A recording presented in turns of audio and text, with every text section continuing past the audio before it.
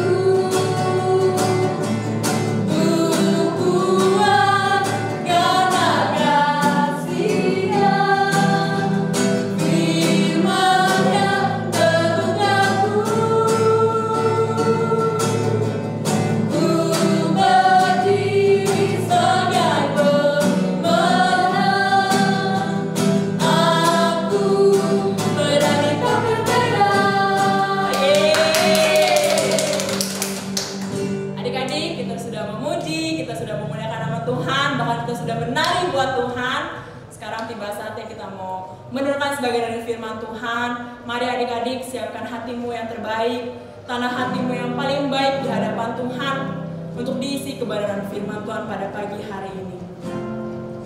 Terima kasih Bapa, kita mengatakan firman-Mu Tuhan yang beserta dengan kami Bapa.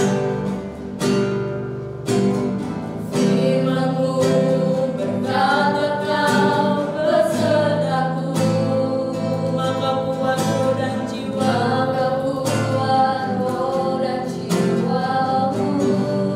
tangan-Mu Tuhan, tangan-Mu Tuhan selalu ku nantikan. Di setiap langkah ku percaya. Dari awal katakan firman-Mu, firman-Mu berkata Kau besertaku, maka kuat roh dan jiwaku. Tangan-Mu Tuhan, tangan-Mu Tuhan selalu ku nantikan. Di setiap langkah ku percaya, dengan sayap-Mu ku akan terbang tinggi di tengah badai hidup. Ku tak menyerah, dan kuat dan perlindungan bagiku. Pertolongan-Mu di tempat maha tinggi, ku mengandalkan Aku bersandar dan penantian Kau yang ku sembah, Yesusku, Rajaku. Disuruh lagi adik-adik katakan firman-Mu Tuhan. Firman-Mu berkata Kau besertaku, maka kuat roh dan jiwaku. Tangan-Mu Tuhan, tangan-Mu Tuhan selalu ku nantikan. Di setiap langkah ku percaya, dengan sayap-Mu ku akan terbang tinggi di tengah badai hidup. Ku tak menyerah, Kau kekuatan dan perlindungan bagiku. Pertolongan-Mu di tempat maha tinggi, ku mengandalkan Aku bersandar dan penantian Kau yang ku sembah, Yesusku, Rajaku. Mari adik-adik nanti kali tangan di dalam doa firman Tuhan. Kami bersyukur Tuhan Yesus yang baik buat pagi hari ini, buat kebaikan Tuhan di hidup kami, buat pimpinan Tuhan. Kalau boleh kami menikmati Tuhan ibadah sekolah minggu yang ada saat ini Tuhan. Kami sudah menaikkan pujian penyembahan kami di hadapan-Mu, dan sebentar kami mau dengar firman-Mu. Kami buka hati kami buka telinga kami. Biarlah kuasa Roh Kudus beracara di dalam sekolah minggu kami, dan kami boleh mendengarkan firman-Mu dengan baik. Urapi Tuhan guru sekolah minggu kami yang akan menyampaikan kebenaran firman-Mu. Pakai guru sekolah minggu kami untuk menjadi saluran berkat buat kami anak-anak sekolah minggu. Terima kasih Tuhan Yesus. Kami duduk diam dengarkan firman-Mu di dalam nama Yesus. Kami berdoa dan bersyukur. Haleluya. Amin. Shalom adik-adik. Kembali lagi kita bersekolah minggu online. Sebentar Tante Sandra akan menyampaikan kebenaran firman Tuhan. Tante Sandra minta semua duduk dengan baik, semua duduk dengan tenang untuk mendengarkan kebenaran firman Tuhan. Adik-adik, pagi hari ini Tante Sandra akan membawakan firman Tuhan dengan judul Jangan Kotori Rumah Tuhan. Apa adik-adik? Jangan kotori rumah Tuhan. Adik-adik, firman Tuhannya terambil dari kitab Yohanes 2 ayat 13 sampai 22. Ya, adik-adik yang ada Alkitabnya silahkan buka dari kitab Yohanes 2 ayat 13 sampai 22. Dan ayat emas kita terambil dari Yohanes 2 ayat 16b. Kita baca bersama-sama ya adik-adik ya. Yohanes 2 ayat 16b. Ambil semuanya ini dari sini. Jangan kamu membuat rumah Bapakku menjadi tempat berjualan. Ya, adik-adik, siapa yang tadi sebelum sekolah minggu sudah mandi terlebih dahulu? Ya, pasti semua sudah siap ya. Ketika bersekolah minggu, adik-adik pasti mandi terlebih dahulu. Siapa yang lupa akan gosok gigi? Nah, biasanya kalau udah mandi lupa gosok giginya ya. Jadi seharusnya kalau kita sudah mandi, kita juga tidak lupa untuk gosok gigi ya. Adik-adik, kita harus bersih ya adik-adik ya. Kenapa? Kalau tubuh kita bersih, badan kita menjadi sehat, segar ya. Seperti hari ini adik-adik sudah mandi semua, sudah gosok gigi semua, sehingga adik-adik terlihat segar, bersih dan sehat. Nah, adik-adik, bicara tentang kebersihan, ada satu cerita yang akan Tante Sandra sampaikan buat adik-adik ya. Nah, dengarkan ya adik-adik ya. Ada seorang anak yang bernama Clini. Siapa adik-adik? Iya, namanya Clini ya. Adik-adik, si Clini ini adalah anak yang suka sekali akan kebersihan ya. Dia suka akan kebersihan dirinya. Nah, jadi tahu ya, kalau kebersihan diri berarti si Clini senang ya, tubuhnya bersih, maka dia senang sekali untuk mandi, gosok gigi ya, merawat tubuhnya dengan baik. Dia juga suka akan kebersihan tempat tidurnya adik-adik. Nah, kamar tidurnya. Nah, adik-adik kalau punya kamar tidur, pasti adik-adik kalau membersihkan kamar tidur, yang pertama kali adik-adik lakukan adalah membersihkan tempat tidur ya, merapihkannya, kemudian bantal guling juga dirapihkan. Nah, Clini suka akan kebersihan kamar tidurnya ya adik-adik ya. Bahkan dia suka juga akan kebersihan rumahnya. Nah, jadi dia pengen supaya rumahnya itu bersih terus. Maka dia tidak lupa selalu apa? Selalu nyapu, ngepel ya, membersihkan kaca-kaca agar rumahnya bersih. Nah, dimanapun dia berada, Clini ini selalu menjaga kebersihan ya adik-adik ya. Bahkan adik-adik habis bermain, Clini itu tidak lupa untuk membereskan dan membersihkan tempat dia bermain ya. Nah adik-adik, siapa yang habis bermain lewat gitu aja, tidak membersihkan ya?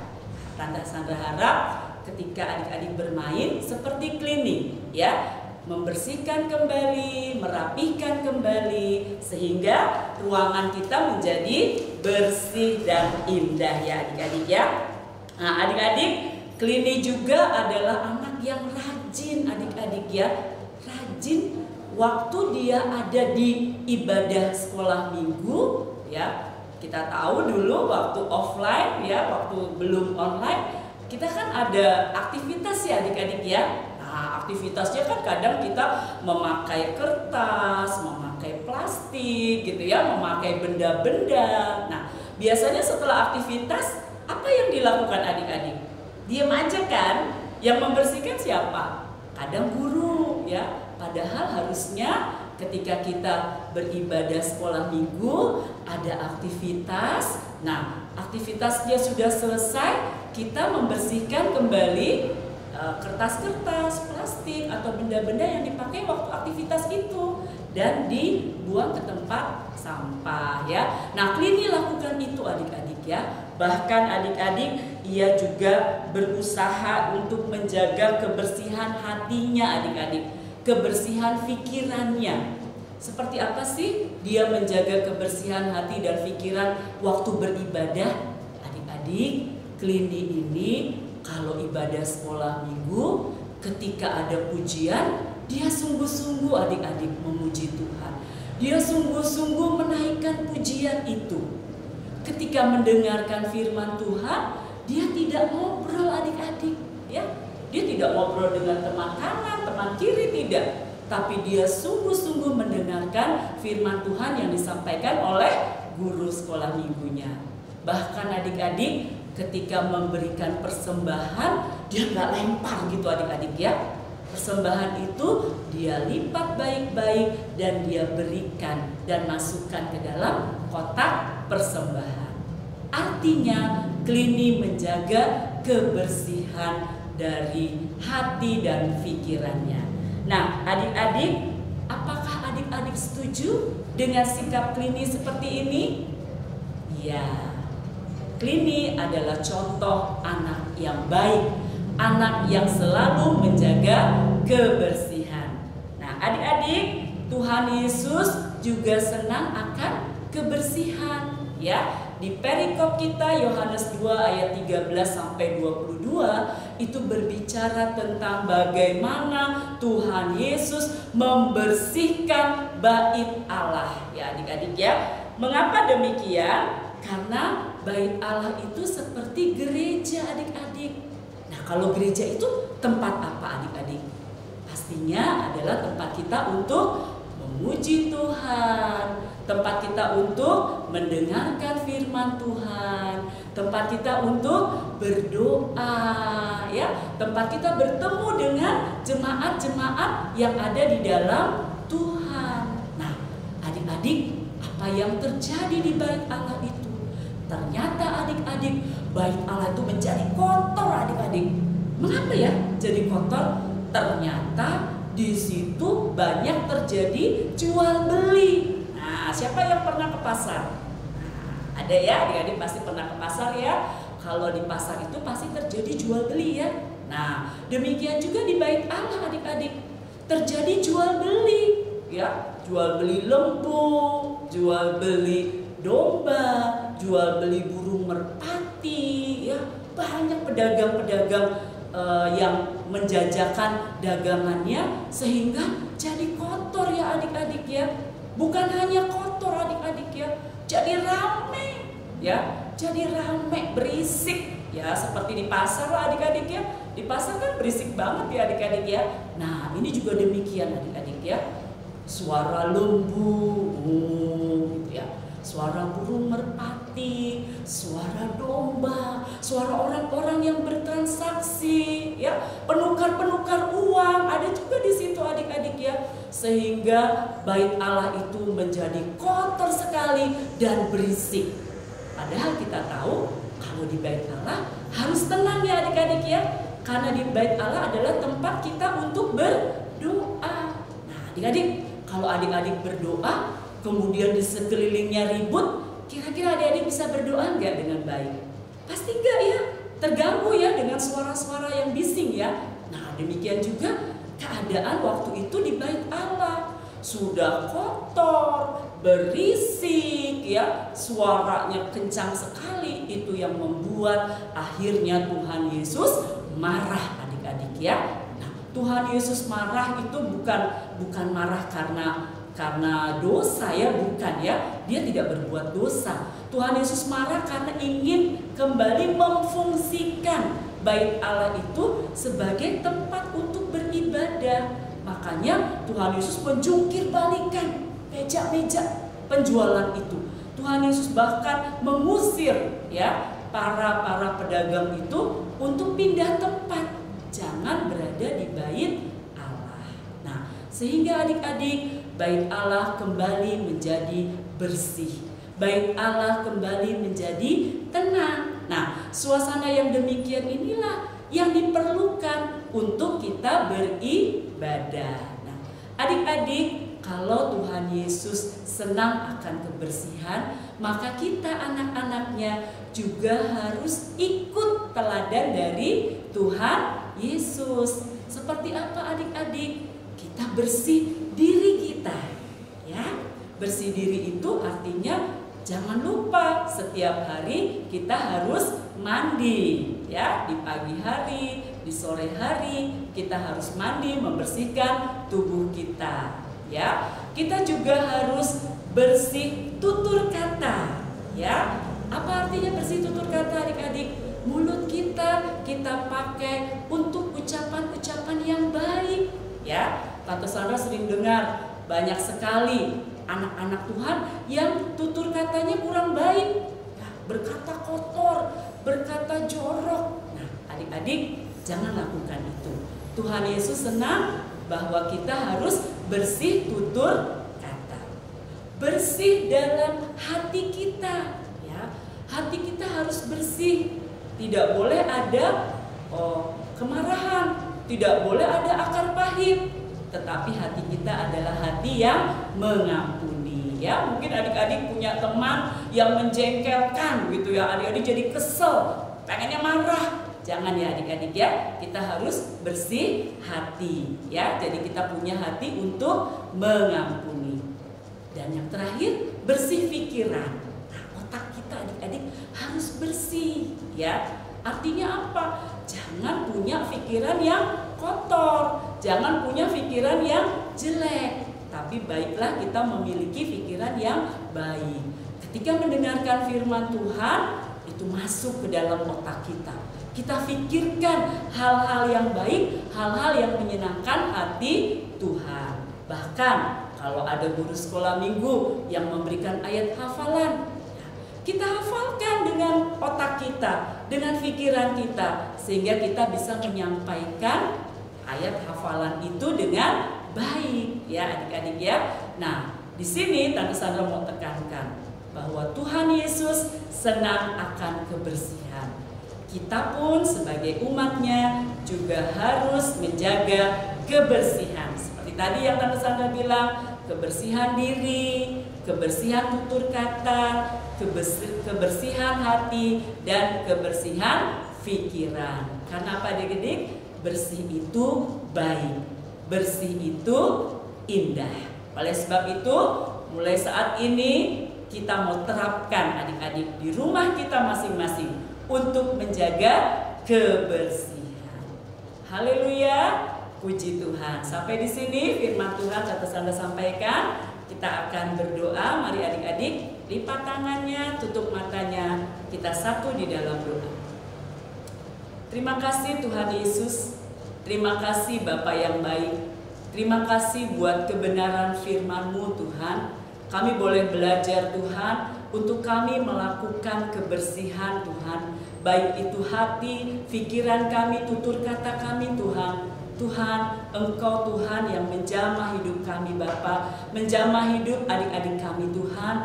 Biarlah Tuhan kami boleh belajar Tuhan untuk bisa Tuhan membersihkan hal-hal yang kurang baik Tuhan dalam hidup kami Tuhan Yesus. Kami percaya Tuhan kalau Engkau senang akan kebersihan, kami pun Tuhan adik-adik yang ada senang akan kebersihan Bapa. Terima kasih Tuhan, terima kasih Yesus. Kami mau Tuhan berdoa biar anak-anak sekolah minggu yang ada Tuhan, mereka dapat bertumbuh Tuhan di dalam Engkau. Dan Engkau terus proses Tuhan menjadi anak Tuhan yang luar biasa. Terima kasih Tuhan Yesus, terima kasih Bapa yang baik. Kami alaskan seluruh doa dan sembahyang kami hanya di dalam nama Tuhan Yesus Kristus. Haleluya, amin.